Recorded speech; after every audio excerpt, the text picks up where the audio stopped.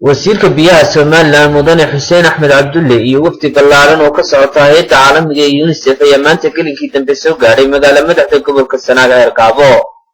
waxaana wafdiga wasiirka kaga hortagay duleedka magaalada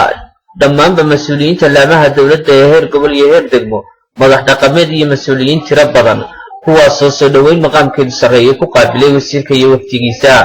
soo dhaweyntaasi ballaaran kadib waxa wasiirku warbaahinta uga xog warramay ujeedada socdaalkiisa soo dhaweyntan qiimaha leh iyo waqtiga aynu joognana aad iyo aad baanu idinka mahadnaqaynaa waxaanu idin sheegaynaa waxaanu u soconnaa ama aanu wadnaa biyihii oo nolosha caafimaadkii oo usna kaba sii muhiimsan waynu iswaraysan aad baanu mahadnaqaynaa qardaa idin siiyo fiiskii gobolka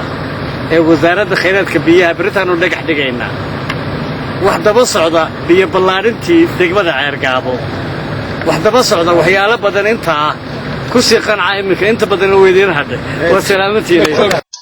imaantika wasiirka iyo wafdigiisa ayaa ku soo beegmaya bulshada reer Sanaag oo weli naawilaya waxqabadka xukuumadda madaxweyne Siilayo Cabdirsaaq Teera shabakada caalamiga war Somali.com Ceergaabo